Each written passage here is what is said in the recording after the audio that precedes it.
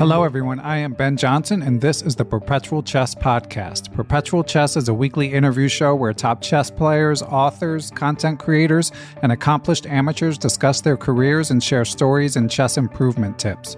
Perpetual Chess is a part of the Blue Wire Podcast Network, and we'd like to give special thanks to our presenting chess education sponsor, Chessable.com. For more information about the show, you can go to perpetualchesspod.com. But without further ado, let's get to the show.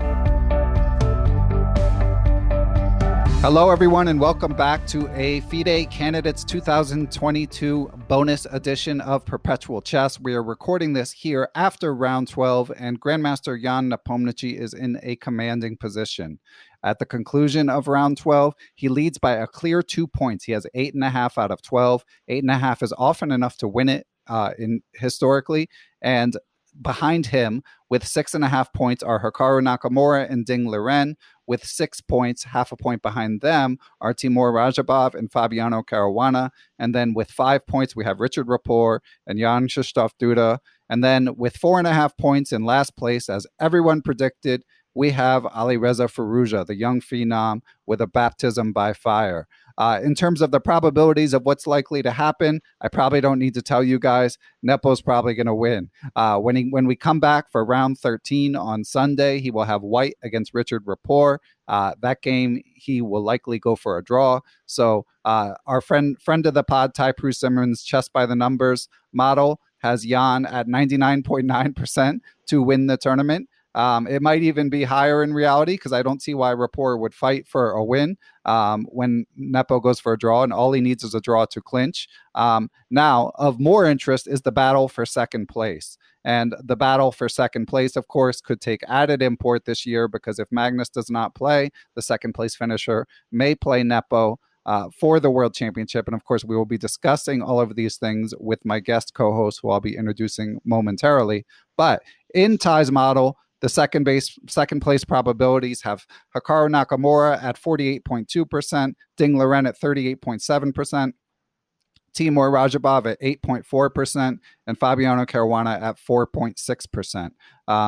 And the others basically aren't going to finish in the top two due to Rapport and Firouzja. So that's the lay of the land. We've got a lot of topics to discuss, but let's introduce our guest co-host. He is, of course, a familiar voice to myself as a fan of his Chessable courses and friend of the pod, been on several times. He's an award-winning Chessable author, regular author, opening theoretician. He'll be coming out with the Lifetime Repertoire Triangle Slav with co-authored with Grandmaster Erwin Lamy. That should be out next week. So let's welcome, I am Christof Sielecki, back to the pod. And by the way, we're both doing this from vacation. So Christof, thank you for breaking up your vacation to share your wisdom about this fascinating, if anticlimactic, tournament. Yeah, Ben, thanks for introducing me and having me on the show. Very happy to join in and discuss probably the most important tournament of the year. Yeah, most important historical legacy, and one, Christof, that you and I both got wrong. I thought Ding Liren was the most likely to win this tournament. You poo-pooed that notion correctly, but you thought Jan Nepomniachtchi would likely fade down the stretch. Of course, there has been that narrative in the past. I understand where you were coming from. But Christof, so I'll talk about what I think I got wrong, but what do you think you got wrong about this tournament as we think back? Yeah, I was thinking before the tournament, I was thinking that Fabiano Caruana would be the favorite in my mind. Of course, it is obviously tough to predict, but I was thinking he's more likely to be the winner compared to Ding, because I think the circumstances for Ding were not that great, like the travel from China. It's very difficult. He had problems getting visa for the qualification process. He was very late in Madrid, like jet lagging and so on. And it didn't feel right to me. And he had a bad start. I mean, he got into the groove later and had a very bad game today, but he had a very good stretch in the 3 rounds before. So Ding kind of got into it. And I wasn't totally wrong about Fabiano. He started very well, but then he did the Nepo, so to say, and completely crumbled in the last couple of rounds. I'm also surprised that Nepo is kind of so dominant in this tournament. However, if you look at the games, and I looked at them during the day, I mean, I looked at the games when they were played during the rounds. But I did kind of a recap today for me, and it's really kind of staggering how many opportunities were given to him more or less on a silver plate. This is not something to this is not diminishing, if that's the right word, his play. Or I don't want to say he didn't play well. He played very well, in fact, in conversion of all those games. But some of the games were really very one-sided in a way that the opponents played one or two pretty awful moves, and then he exploited them perfectly, of course. But like in tournaments where he did falter after some rounds, he sometimes got into situations where he was a little bit too, what is the right word there? Yeah, a little bit careless maybe, yeah, in his conversion, and that didn't happen at all. He was very straightforward in converting the advantages, and didn't make many mistakes at all. However, I see one game as very important, and that is the game that he managed to draw at the end against Fabiano, because at one point, like by computer standards, he was lost, really completely lost. He would have lost it against an engine, but well, man, these human beings, right? They're not computers. And Fabiano didn't find the right move there. It's this crucial moment when he took with the bishop on f5 and instead could have played bishop f1, a move that was, however, pointed out in the live broadcast, yeah, I think by Judith Polgar and Jan Gustafsson, even without the help of a computer. Yeah, they figured out that this move is correct. So it's not total rocket science or total engine chess that nobody can find. And I think this was a really pivotal moment in the tournament. If Caruana wins this game, it's a totally different story in a way. Yeah? I mean, we don't know what would have happened, but I think this is an absolute key game of the tournament.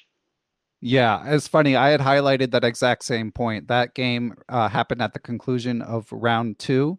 And yeah, when Magnus went on the Chess24 broadcast, he was a bit critical of Fabiano's decision to take a draw there. Even in the final position, the engine preferred black. And of course, it's easier to say with hindsight. At the time, Fabiano's thinking, okay, I'm black against another of the strongest competitors. I'll be tied for clear first. But as it happened, Nepo's just been relentless. Sam Shanklin, writing for chess.com yesterday, called it an absurdly dominant and powerful performance by Nepo. So I see a lot of people online, and as I discussed with Grandmaster Jonathan Tisdall, you do get the sense that Nepo's opponents are kind of not putting their best feet forward, you could say. They're kind of leading with their face, as Grandmaster Tisdall memorably said. But as you said, Christof, you've got to take the opportunities given. So I think it's really important to give Nepo full credit and not denigrate his performance in any way. It's been a dominant performance. He's up to number 3 in the world of the live rankings, or at least was before his draw today. And he's showing that his previous, despite the bizarre circumstances of his last candidate's performance, it was not a fluke. And I feel like that's what I got wrong a little bit. I attributed it too much to the circumstances of the match being divided up. And I maybe also what happened with Nepo in the World Championship, where once he lost, maybe his nerves got the better of him. I wasn't sure how much carryover there would be, even though he's played well in subsequent tournaments. And I would say I got wrong the idea that he's just, I maybe underestimated the level of his preparation and confidence against everyone that is not Magnus. Yeah. Well, one thing though that you have to see is that usually, if you look at the history of the candidates tournament, it's very rare that a player wins it without losing a game. That's really rare. Over the 14 games, if you look at this particular format, they almost always had one loss, even two sometimes. Yeah, when Magnus won it, for example, he lost 2 games even, but won enough to compensate for that. And Nepo didn't lose a game, and you don't know what would have happened if he would have lost one. Yeah, and kind of had this this break. I mean, it's well known that if he's running hot, he can play extremely well and everything goes his way. But then if this kind of moment of this bad moment arrives and he loses one, then everything can crumble, which never happened. It simply never happened. In those critical moments, it kind of went well for him.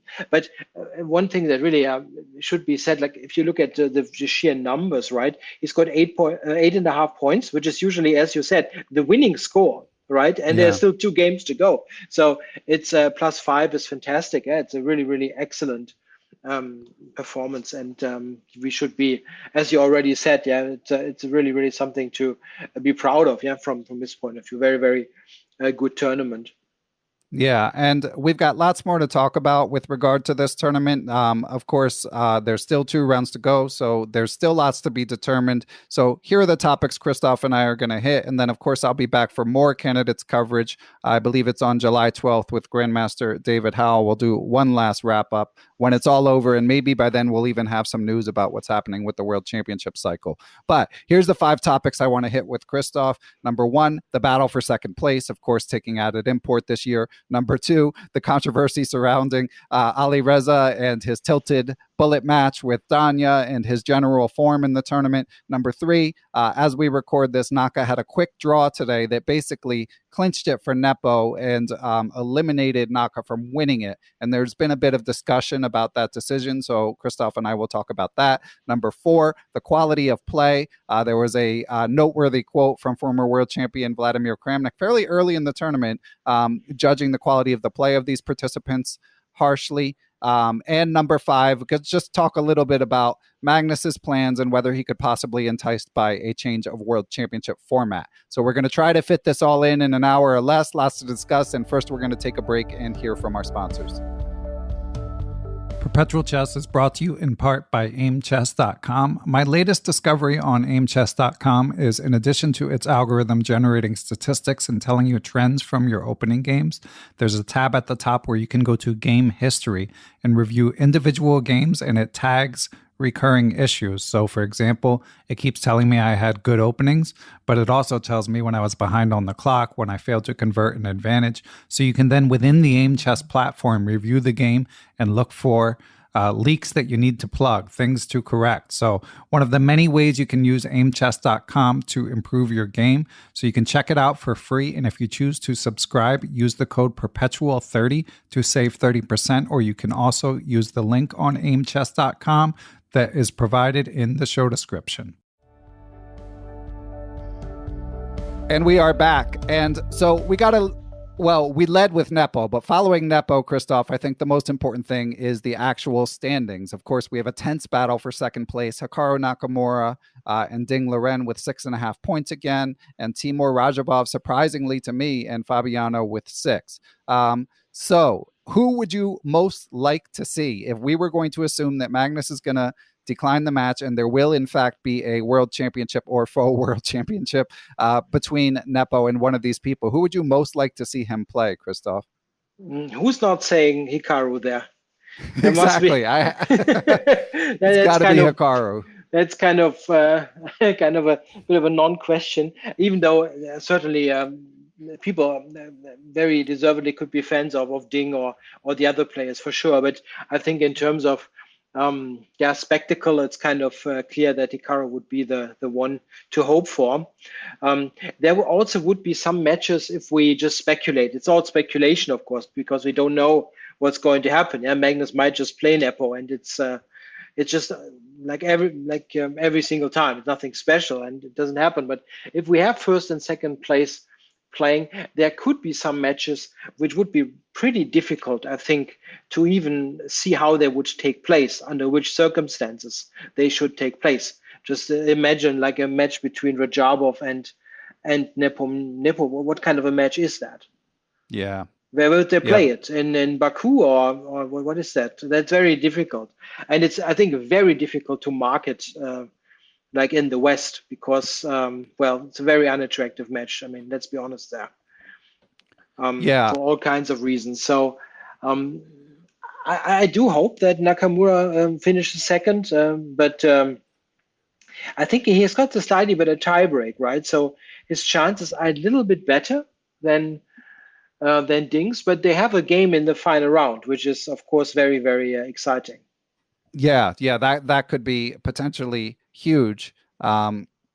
Ding with the white pieces against Nakamura. One thing we should mention, FIDE, to their credit, as I mentioned in the candidates preview, they did put in a contingency for a playoff if there was a tie for first. But, in their infinite wisdom, it was hard to foresee every scenario where now we feel like we need a playoff for second. And in fact, Ding Liren in his post-game interview with Dina Belankaya yesterday said maybe they can organize an action playoff or something if there's a tie for second. So he's hoping that might change. I mean, he might have been aware that Hikaru has slightly better tie breaks, but it's probably too late to change it now. It's probably wishful thinking.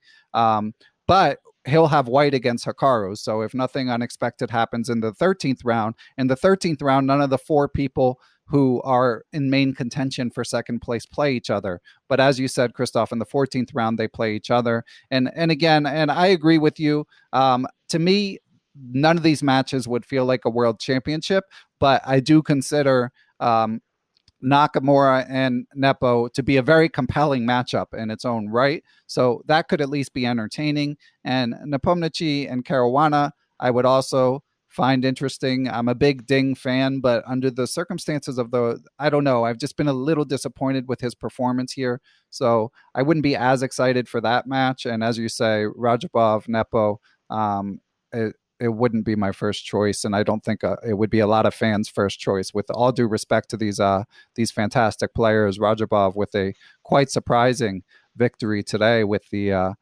black pieces. But yeah, it'll be a tense battle for second place, and we'll just have to see what happens and then see how the stories unfold. On to the second controversy. I guess you could definitely call this one a controversy. Alireza Firouzja. So before we get to the famed bullet match with Grandmaster Naroditsky, what do you think has gone wrong for him, Christof? Yeah, that's really a bit of a mystery, right? Because it wasn't to be expected that he's doing so poorly. I mean, I didn't have him as one of the top favorites because I felt that the lack of experience in this particular the super high level events. I mean, you have to be very honest there. How many of those super high levels event has he actually played? I think he has played like two Tata Steel tournaments. He didn't play. Is it even two? I think he played in 2020 and 2021. Yeah, so he played two, but he didn't play this year because of they didn't get it couldn't get it going with the organizers. I didn't skip that one. And he played and won a very strong, the open event, this Grand Swiss to qualify, but he didn't win any of those super strong tournaments. And I think it's very helpful to have this experience. The tournament is very long, those 14 rounds. And experience counts for a lot, I think, in this circumstance. Also, I feel some of his decisions just look like he's rusty. I mean, he hasn't played much, and this seems to be really a factor.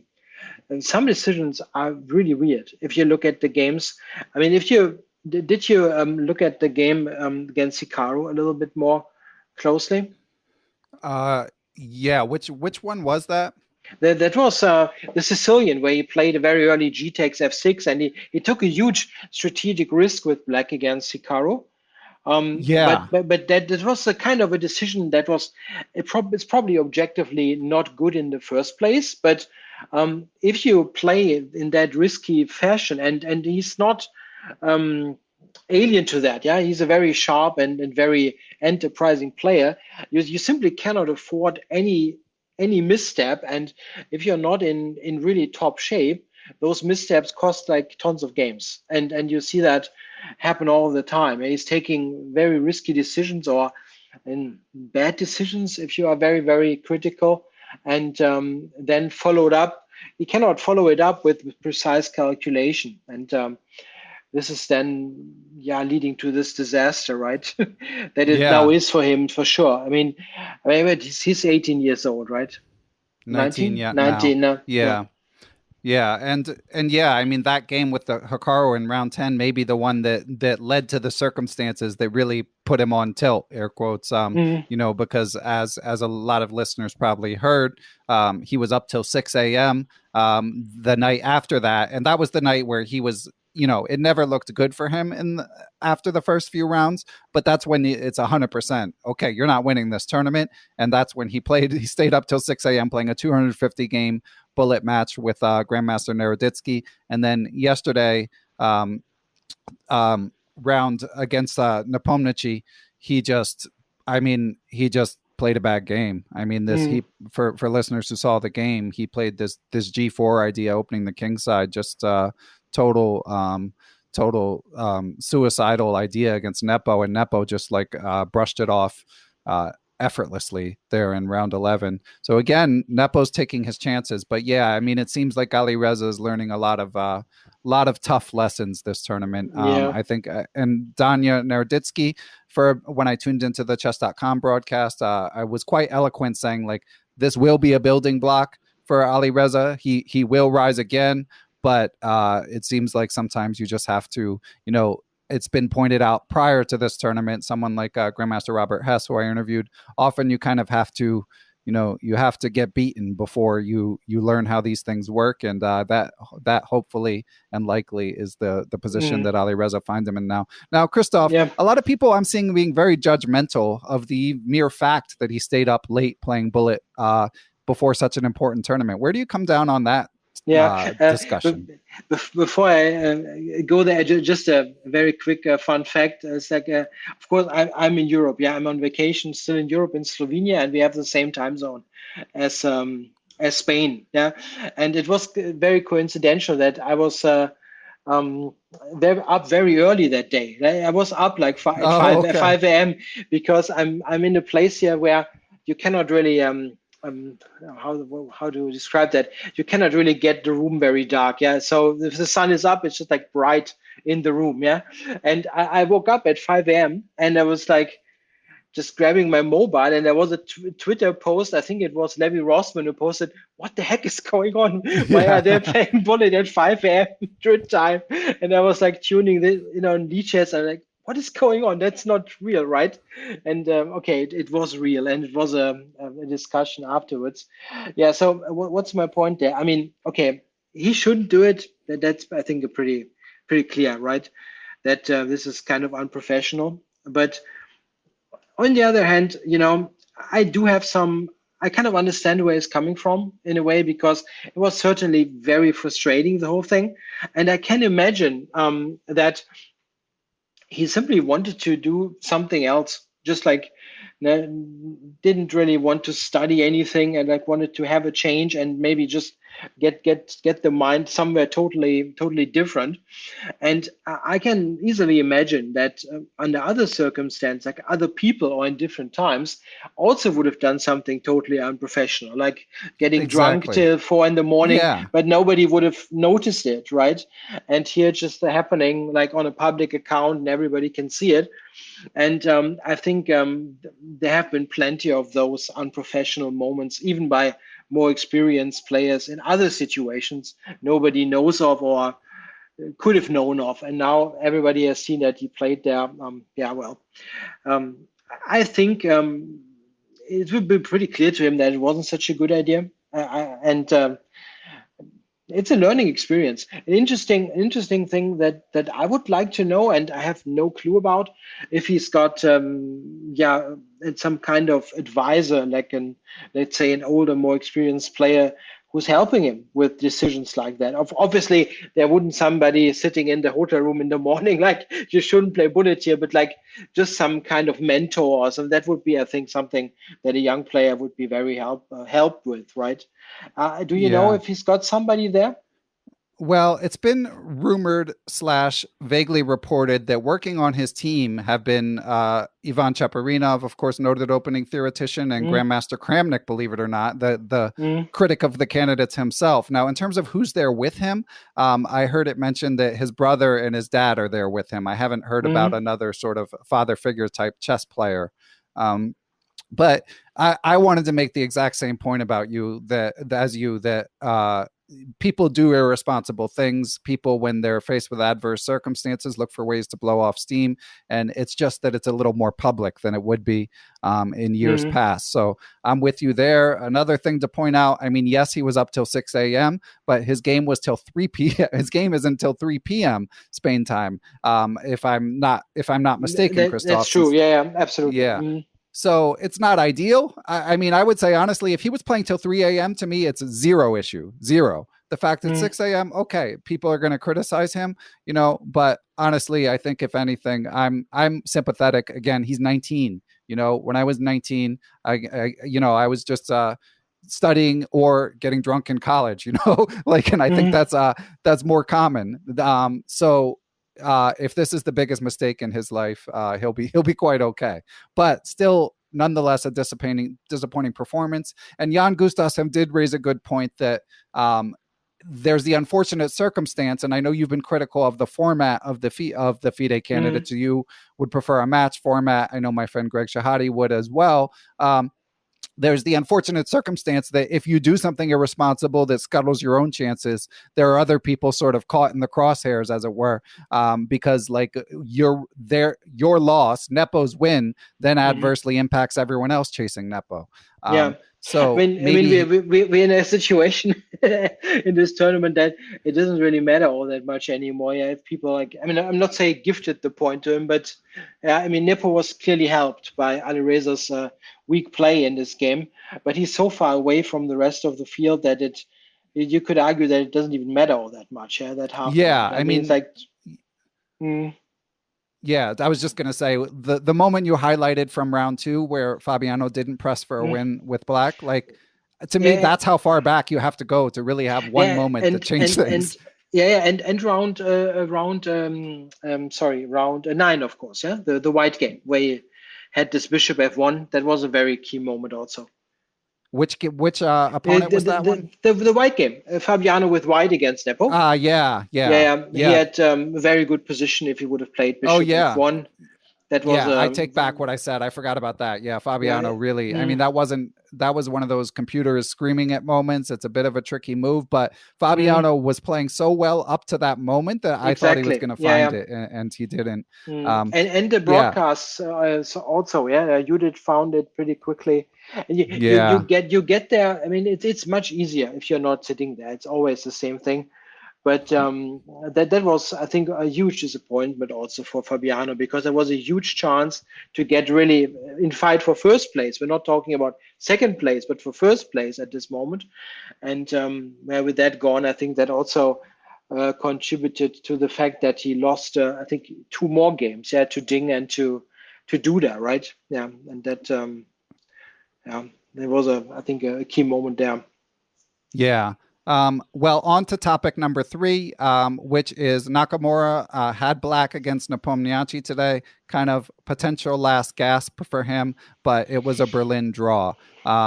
So again, I've seen some criticism online. I think especially for newer chess fans, it can be tough to understand why Naka would do this. Could you give your perspective? So again, by conceding this draw with black, Naka basically admits he's not going to catch Nepo. What did you think of this decision, Christof? Yeah, I actually expected exactly the same game. Or you can also make a draw with 5 rook e1 there, which is not like the Perpetual, but like a super dull position that also nobody's going to lose with white. I did watch Nakamura's video where he explained his rationale behind accepting the draw in a way, or allowing this draw. And I think it makes perfect sense. I mean, the chances, even if you kind of construct a win for Hikaru, which is very difficult to achieve in the first place, he doesn't really have great chances to fight for first place even then. And the risk to go there is extremely high with black against 1e4. And I think if you look at his opening repertoire, he is very much a specialist. Hikaru is on the double king pawn openings, this Berlin. This is like his forte. And what else is he going to play? I mean, he's not.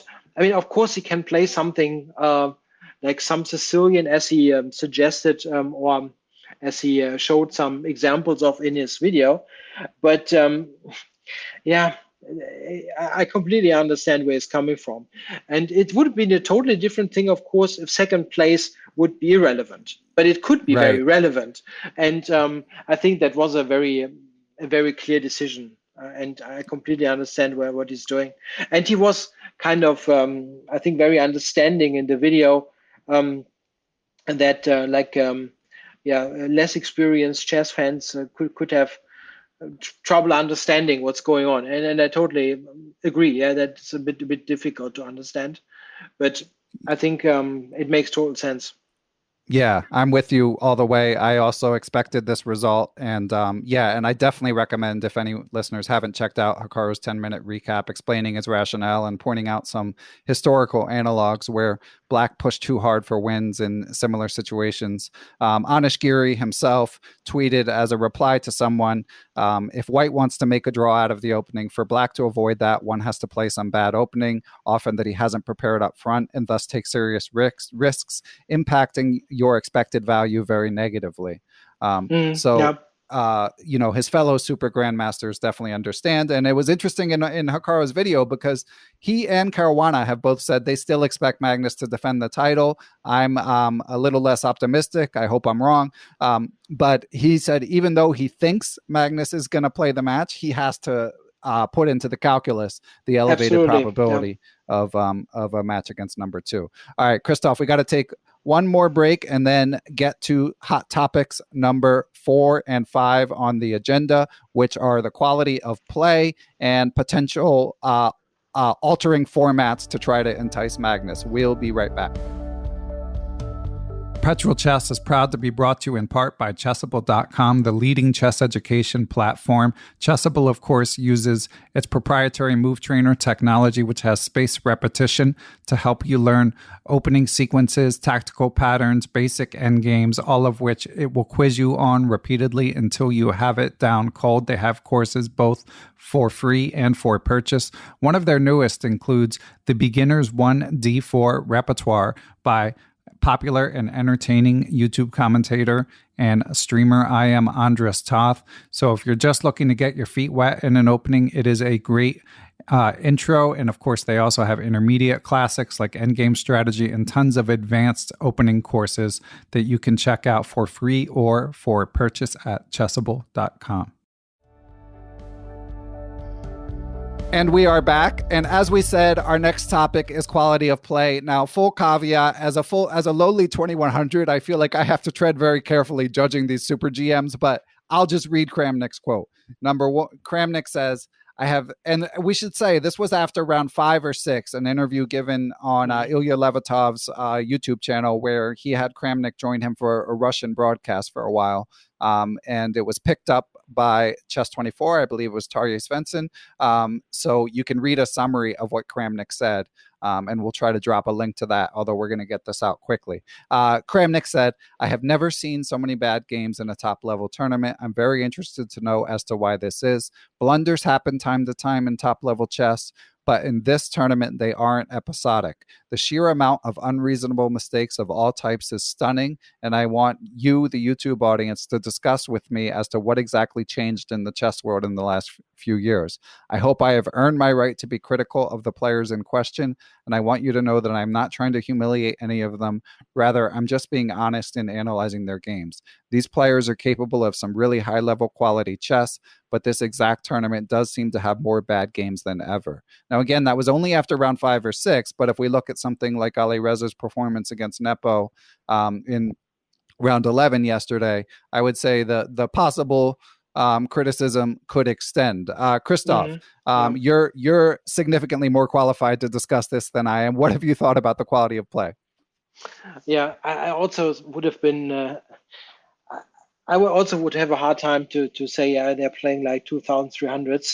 That would also be very, very tough thing to say for an international master because the players are obviously much more stronger than I am. But Kramnik has a bit of a point. I mean, this is not wrong. It's not a really great quality of play. You can add in, as you mentioned, Alireza game with White against Nepo, which was a bit crazy. I mean, the G4 H4 plan was really a bit out of this world, and it's not. You don't need a computer to see that it's wrong. Really Yeah. not. I mean, and I And he think played g4, and Nepo, like with the idea presumably of advancing the pawn, and Nepo prevented it with h6, textbook stuff. And then he thought for 25 minutes. I mean, it just shows it shows his head wasn't in the right space to be so surprised by the most obvious prophylactic reply. But anyway, I'm sorry I cut you off, Christof. Yeah, and we also have had this game today, which was, I think, it sounds harsh, but the game that Ding played with White today against Rajabov was a very weird game. I mean, he lost without any chance at all in like 26 moves with White. That was very weird. And Rajabov didn't need to do anything great. I mean, he had a nice sacrifice on e3. It was a nice move. But what on earth did Ding in the opening with White? That was really strange. So I think Kramnik is not wrong. The level of play isn't great. But the interesting question is really what is the reason? Yeah, and I think Kramnik is kind of implying that I think what he's implying is that the rise of online chess and kind of maybe less practice in over-the-board play and longer time controls plays a role. It could be. It's definitely not out of the question. However, I think one thing that could be a point is that I think in some games, players try to sort of force the issue by sharpening up the game in positions where it's not really warranted. Yeah, this is kind of a thing that you see in some games. If you think about, for example, Fabiano lost with Black against Duda. If you remember that game, he had Black in a slow Italian, and all of a sudden started this G5 H5 play on the king side when the knight was offside on A5. And I think it was clearly motivated by this desire to win somehow, but it was pretty unobjective to do that. It wasn't a good plan. And you have some more examples of that, this kind of maybe over ambitious play or so. And I sometimes wonder if this is due to maybe this idea that, let's say, if you play in a more normal or more solid fashion, it's going to be drawish or a draw, right? So I think sometimes they try a little bit too hard to do something when there's nothing there. And this is also a bit of a quality that Nepo has in this tournament. He's not doing anything special, really. He's being very solid, very, very sober in his play, and he takes all those opportunities presented to him by overambitious and kind of weird play. Another example that also Kramnik didn't see already when he made his statement is Report's White game against Nepo, which was really also a pretty crazy thing to happen. If you remember that game, it was really kind of strange, even though I looked at it and again today, and I have to say that the weirdest thing about this game is, I mean, people really would have to check it and look it up to understand what I'm talking about. But the weirdest thing is that this opening variation that he went for is extremely well known that it is a forced draw. Yeah, and then he avoided the draw and was worse. And much worse. Much worse. However, one thing that, I mean, did you ever look at the position? Like, if you look I remember the game. Yeah. If you look at the position, right, and you don't, you absolutely want to win the game. Yeah, you don't want to make a draw. Then you play this, and I know it in my mind, from a human perspective of an IM, I would think, okay, maybe I'm a little bit worse with White, but I'm not lost, and I don't want to make a draw. Then I could see myself playing it. I mean, the engine immediately says, oh God, this is complete garbage, it's lost, and so on. But this is just the engine, that's not a human player. So I do have some, I kind of understand where Report was coming from when he made the decision to play on, because he simply didn't want to draw. The weird thing is that when he starts this opening play, the first 9-10 moves, this is all known. So and this is so strange, that he's going for this line where he should know that either he's drawing or he's clearly worse, as the computer then shows. This is very mysterious, and there are some more of those mysterious moments in this event. Like Ding's game today. Like, what was he doing there in the opening? It was really, really strange. Yeah, and the game you refer to, the rapport Nepo game, Fabiano Caruana in his post game interview was just like, I couldn't believe what I was seeing. And Mm-hmm. usually he's a little he chooses his words somewhat carefully in some cases, but in this case he said the same thing you did. Everyone knows that that's a drawing line, and I couldn't believe. So I mean, it's like layers of shock because he didn't know the position, and then Mm-hmm. from there he, like you say, if you take the if you take the decision to press for a win in isolation, it Yeah. makes sense. But when you layer it on top of not knowing this line that players of that level all know for the most part, Mm-hmm. yeah, it doesn't come out looking great. So, It's yeah, very strange, but I think it would be very interesting to think about this a little bit deeper. Yeah, what Kramnik said, that the level of play is not great. Um, I think what is very important to consider is, if you look at the games, there are different ways to look at them.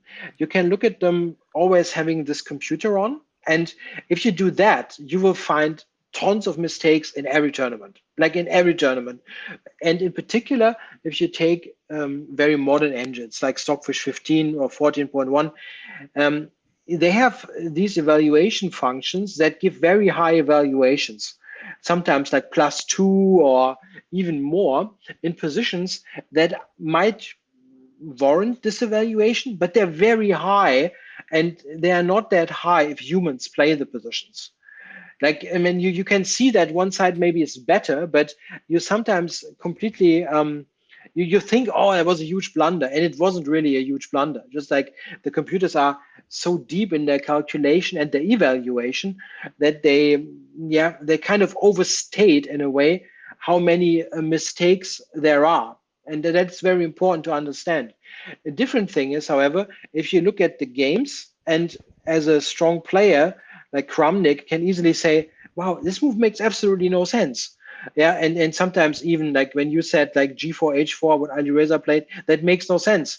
And this is the thing, when you as a human immediately identify, that is a bad move, and then the computer just says, well, yeah, it's a bad move, and then you can be very critical. I think you have to be a bit careful with stating, oh, they're playing badly, if you just look at the evals. I mean, I know that you know that as well, but many people just say, "Ah, yeah, the engine is just going up and down. They have to be very bad players." That's not the case. In particular, if you take these modern engines, which have these very high evaluation counts, let's say. yeah, that's an important point, and it's so easy to sit at your engine and criticize the moves. So we want to couch it carefully that that's not what Kramnik is doing, and yeah, there've just been Mm. some uncharacteristic mistakes. And All there right, have been also some very good games, by the way. Yeah? Like, I mean, if you, yeah, I liked, for example, I mean, this game had some mistakes, but it was a very tense and interesting game. Hikaru's win with white against Fabiano was very nice game, I think. yeah, I With agree. that was a very complex and interesting game, and there were also certainly some others. Yeah, so it's not like every game is bad or anything like that. But I do understand where Kramnik is coming from in a way. I mean, I wouldn't go so far to yeah um, be so harsh as he was, but I mean, he's a he's a former world champion, and he I think he can afford this strong of an opinion. Yeah, we have to be a little bit more modest there. Right, exactly. And the final topic, point number 5 that I wanted to discuss, and as I told you before we were recording, Christoph, I might be trying to speak this into existence, but I did see some quotes that I'd like to share. So we don't know if Magnus is going to play. Maybe he'll just say, you know what? Nepo's been in great form. I think he'll be a strong competitor. I'll play him after all. Maybe that will happen. But the other thing I'm sort of still hoping is that maybe Magnus, if he doesn't want to play the classical format, can advocate for some sort of change of format. Of course, and he's many times been an advocate of mixed format with some faster chess thrown in. I personally, and I know a lot of people feel this way, I would prefer a classical match, but I if it's going to be either no Magnus and all classical, or Magnus and a mixed format, I would prefer the latter. But anyway, the quotes I wanted to share were Jan Nepomniachtchi yesterday on the chess.com broadcast after round 11. If people want to track it down, he joined them, and they're trying not to ask him every single round about like, what do you think Magnus is going to do? But he did share, he said, I quote, I received quite a weird letter from FIDE that proposed change to the format to 3 sets of matches instead of 1 long match. So that's interesting in itself. So he didn't mention a change in time controls, but he mentioned the possibility of them breaking the match up into smaller chunks, which I don't know if that would appeal to Magnus. But anyway, the mere fact that they're considering changes, I found that to be encouraging because, again, ideally I would love just another 14-game classical match with Magnus in it. But if that's not going to happen, I want a way to get Magnus involved. And then Maxime Vachier-Lagrave, in an interview with Chessbase that came out within the last day or two, said he understands Magnus's perspective, that he doesn't want to go through another grueling world championship match. But MVL said, and I quote, I find it a bit weird he doesn't offer another idea or another way to create a world champion or a different cycle that suits him better so that he can take part in it. And I just wanted to second that. I mean, Magnus, he who owns the gold makes the rules. So if Magnus doesn't want to play a slower match, why doesn't he negotiate? So I'm still hoping that as the dust settles, that there may be some room for that. Am I just being hopelessly optimistic, Christof? What do you think? I'm not sure about let's say the legal side of that. Can they just change the format? Maybe they can. I mean, it's not set in stone that it has to be like classical and 14 games, right? They could still change it, I assume, if this is a discussion at all. And I think it can be a discussion to be had. I mean, as you certainly know, and some others might know who read my tweets or other statements, I'm very open to discussing new formats and ideas in terms of time control and other format changes. What I think is very interesting and important that we get more opinions on the table. I think it's good to hear from people like MVL or maybe Nepo didn't say anything. He just got this letter, right? He didn't say anything. Just kind of, he interesting. He didn't really say, Yeah, but it would be interesting to learn what the opinion of the top players, what they think about the format. And what I think is very true is that I also think that Magnus should make some kind of suggestion what could be changed or what kind of format he would think to be better. I mean, it's not something that I feel the world champion should be able to force upon the whole thing. That's really wrong. But as a starting point, like, okay, what do you think would be better? And then you could also get other opinions by players who are possibly involved in the whole thing. And then maybe you can do something that would be better. I think what is largely underestimated by the public is how much effort this match takes, or these matches take. Not so much the actual play, which is certainly, as you said, a grueling experience, but also the whole preparation process. And I mean, the thing is, most people don't work on chess the whole day. And if you do that, and I do that usually, currently I'm on vacation, thankfully, but I look at chess the whole day. And if you sometimes think about this, I'm looking for hours and hours, let's say at the Italian game with D3, right? And or the Rue Lopez with D3, the Berlin with D3, some kind of relatively slowish opening. And they make preparations for those, let's be honest, very slow and not super exciting openings up to move 20, move 25. The whole ground for fighting is so narrow nowadays. I mean, if you look at the top level, if you see people play E4, we are so far that they think you can only play one E5 and maybe like 1 or 2 Sicilians. Everything else is just bad, which is, of course, in itself a little bit, it can be quite true. I think you could play a Caro or French or something like that once in a while. But if they are really, really honest about it, they think everything else except for E4, E5 or some Sicilians is bad. And the consequences they all look at like the Petrov, at the Berlin, all those. It's just a set, very small set of openings, and then in those openings they have to drill very, very deeply, and just imagine doing that for weeks. You get Yeah. crazy. I think you get Yeah. crazy if you do this all the time, and this is also why I sometimes think it could be an idea, like make more games, like allow for more games by shortening the time control, so that Exactly. the importance of one game is less, and you could risk a little bit more. This is just like what I'm thinking, which would be possible. I just think they feel it is too risky. I mean, just if you think about this, let's say you would one player in such a match would be forced to play the French defense in every game. They would think, the top players would think, that this match is lost. Right. It's not even worth playing. And this sounds crazy, but this is what they think. So they are very much focused on this small set of openings, in this small set of kind of structures. And I think at one point you certainly get crazy. Yeah. And this is also why I understand in a way that somebody like Alireza in this tournament, like he's out of the tournament and after playing badly, and he certainly has prepared for months for this event like crazy. That that I mean, other people probably would have just gotten a bottle of whiskey and yeah, Right. that's it, right? He decided to play bullet, right?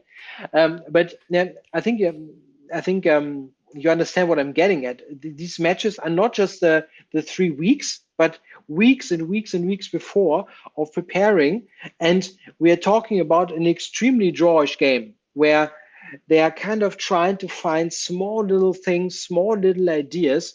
Um, it's very difficult. I kind of understand why it's very difficult, and this is something that I think needs discussion. Can are some other formats possible? I think there's a wide range of options for sure. There was a suggestion on Twitter by Jakob Argard, for example, who had a totally different take.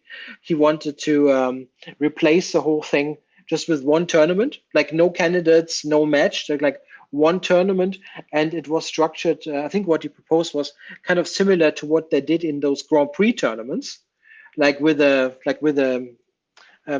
smallish round robin, and then you have some people do some quick knockouts to get to a final match. I mean, there are many possibilities, and let's just talk about them. And I don't think it's really so much about Magnus playing or not playing, because I don't think the world champion should dictate what the format is. But I think there is concern that it's not going to get any better, like in those matches. I mean, the preparation and the theory is getting deeper and deeper, and as I said, this battlefield is narrowing. It's narrowing more and more. And I mean, do you want to always see the Petrov and these three Italians and Spanishes? I don't know. I find it boring. Yeah. And that's what it's going to be, very likely. Yeah. Very eloquently said, Christof. And yeah, and I agree. And I know not everyone listening agrees. Some of you think the format is perfect, and that's respectable. But again, the fact that the world champion, and as Jonathan Tisdale pointed out in our round 6 update, Magnus has been vocal about this since before he was world champion. This is not like his taking Yeah. advantage of his position in any way. So I agree with you. But as you said earlier, Christof, the most important thing is that they interface with the actual top 20 players in the world and see where the consensus is in that regard. Because at the end of the day, those are the people whose opinions should weigh the heaviest. So if there is some consensus, maybe there's some room to rescue a true world championship, because obviously in air quotes world championship without the best player in the world, without the highest rated player in the world, we've been there and done that in chess, and it's not the most not the most entertaining, not the highest form. And I think we don't really know where the majority of the top players stand on the format. I don't think we know. Or do you have a clear idea, like a majority would want exactly this format? Or I have no clue. I really have no clue what the majority would like to have as a format. And I think it would be good to get an opinion. Yeah. I mean, it's kind of difficult because there are so many variables. You could think about, let's play a match, but with less games, more games, faster time control, whatever. You can do many, many things. By the way, the idea that kind of was mentioned, like splitting a match up into sets, this is kind of interesting. Have you thought about that? A little bit. I mean, I hadn't until Jan shared that quote. Mm. I think it might help a little bit, but I, of course, would prefer the mixed time control format. But I think it's a step in the right direction. Yeah, I think what they might suggest is, and I think this was discussed right after the Nepo match last year. It was something like they would play. Let's say I'm just details could be different, but something like they would play like 4 games, and if those 4 games would end in like would end even like 2-2, like 4 draws, for example, then they would make a tiebreaker for this set. So one side would be in the lead, and then there would be a second set, and then the other side would have to strike back to get to even sets. And this is kind of interesting because I think the incentive to play for a win would come earlier. Oh yeah, that sounds good.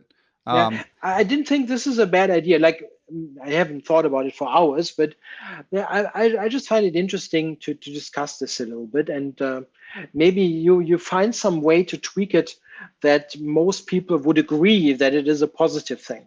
Sometimes you just have to change some little thing, and it has a pretty big impact. For example, if you want to take one thing that definitely I think was a good change, that they got rid of the increments before move 60. Yeah, I think agree. that was a very good decision, and this is something that wasn't done. I mean, they could have done it years ago, and now they do it, and everyone says, "Oh, this is a good thing.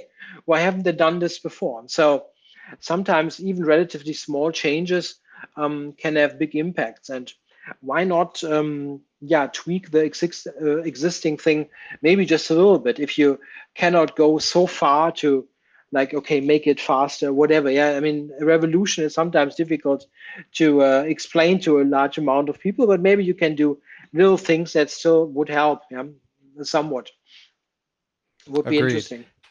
Yeah, and on the World Championship front, Christof, I think we should leave it there. It's such a fascinating topic, and there's so many tentacles. In particular, this year with the will he or won't he Magnus question overhanging the whole thing. Again, Perpetual Chess will be back on July 12th. Maybe we'll have a little more clarity on these. I mean, we'll be back before then, but we'll be back discussing the candidates on July 12th. Now, before we go, Christof, so you've got your Triangle Slav with Grandmaster Erwin Lamy coming out next week. Dare I ask, and I know you shared a few pictures online, you're in a beautiful sort of rolling hills / mountain situation in Slovenia. But dare I ask if you're thinking beyond that course as well, as someone who's a fan of all of your Chessable courses? Yeah, I'm currently working on the one after that already, and also something else. But there's something that will be released, probably not in the too distant future, because it's not such a huge course. There will be a smaller course for black on the Sicilian O'Kelly variation. This 2A6 line, yeah, that was it played made a cameo in the candidates, right? Didn't someone play it? Yeah. Rajabov played it against unexpectedly. Fabiano. That was a bit of a surprise to see that.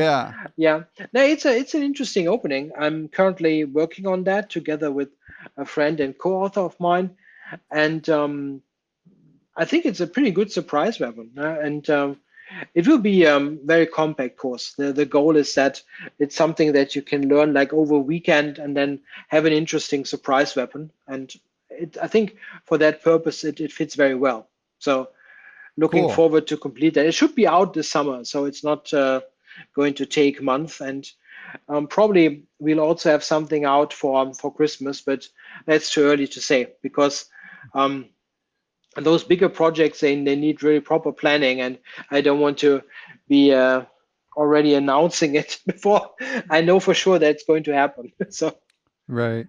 And just to give one final plug for Christof's work, again, obviously Chessable is a sponsor of the pod, but I buy Christof's courses with my own money. I have his Fight Like Magnus course, as a Sveshnikov player myself.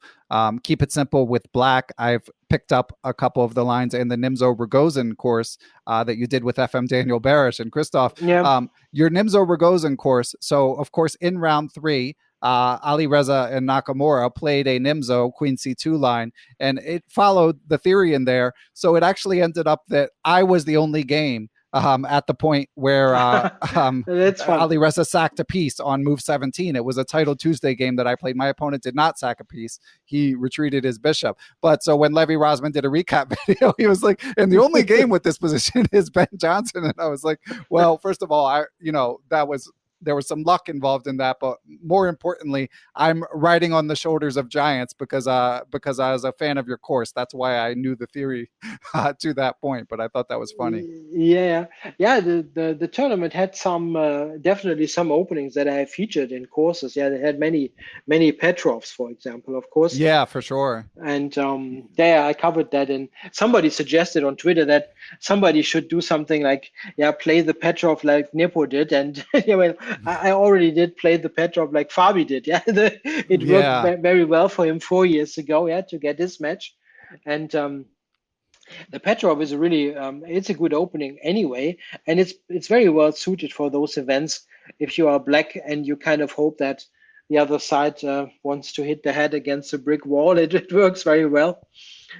Yeah, as a former E4 player, I don't miss the Petrov. It's not one of those openings that you're really happy to see. That's kind of true, but it's difficult. If you play E4 and you have those like Italian game and Rulo passes, it's kind of a different thing. I mean, a difficult thing for the top players. Not so much for your regular.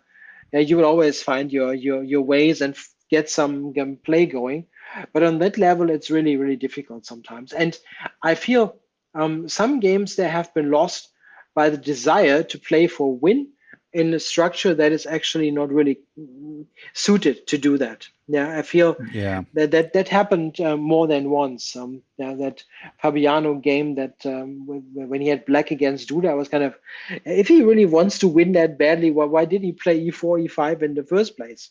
I mean, not that this is a drawing weapon, but if you really decide, okay, Duda is somebody I want to win against, play the Karo or something that is not, I'm not asking for a Pirz or anything like that, but just like do something that doesn't have this total symmetry on the board.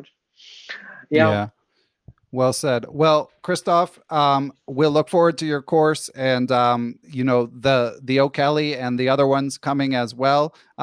Thank you for interrupting your vacation to share your knowledge and reflections on this somewhat anticlimactic, yet lots of stories to talk about tournament. Any closing words, Christof?